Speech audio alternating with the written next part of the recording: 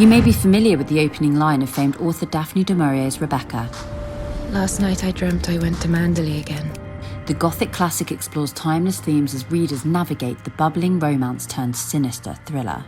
The thing that attracted me to the project was the kind of Russian doll-like smuggling of stories within stories within stories. You can have a horror film that lives inside a thriller that lives inside a romance movie. I can imagine her kind of chuckling as she's writing this thing, going, people are going to think that it's about a woman who falls in love with this guy and like their incredible life, but what it actually is going to be is something really dark and disturbing. I wanted to go back again to recapture the moments that had gone. And then it came to me that if we did, it would not be the same. Imagine if you could bottle a memory like scent. Then whenever you wanted, you could open it. It'd be like living the moment all over again. Enter this new woman who has this sweetness and purity and almost innocence that certainly the last Mrs. De Winter and the late Mrs. De Winter didn't have any of.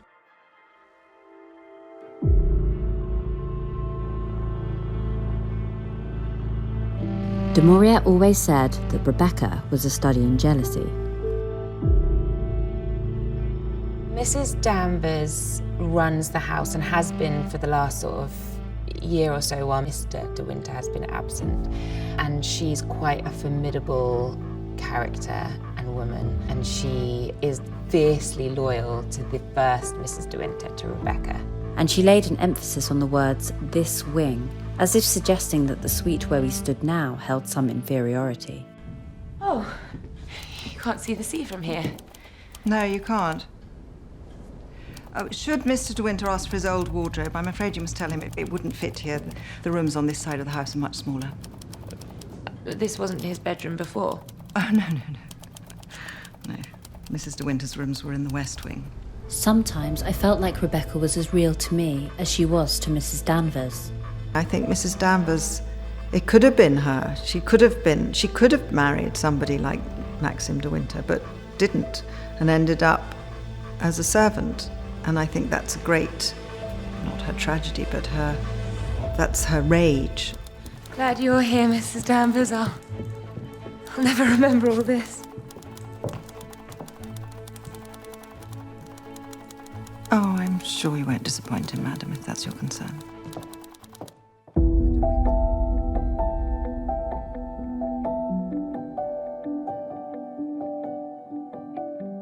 It must hurt her every time she heard me called Mrs. De Winter. Mrs. Danvers, does Mr. De Winter ask you to keep the room like this? It doesn't have to. She's still here. You feel her? I wonder what she's thinking about you. Taking her husband and using her name. I just found that it was something that I felt like could be retold and brought back and would surprise the audience as much as it had surprised me, you know. And I fell for all the twists in it again. You can't go on living in that big old house with a ghost! I don't believe in ghosts.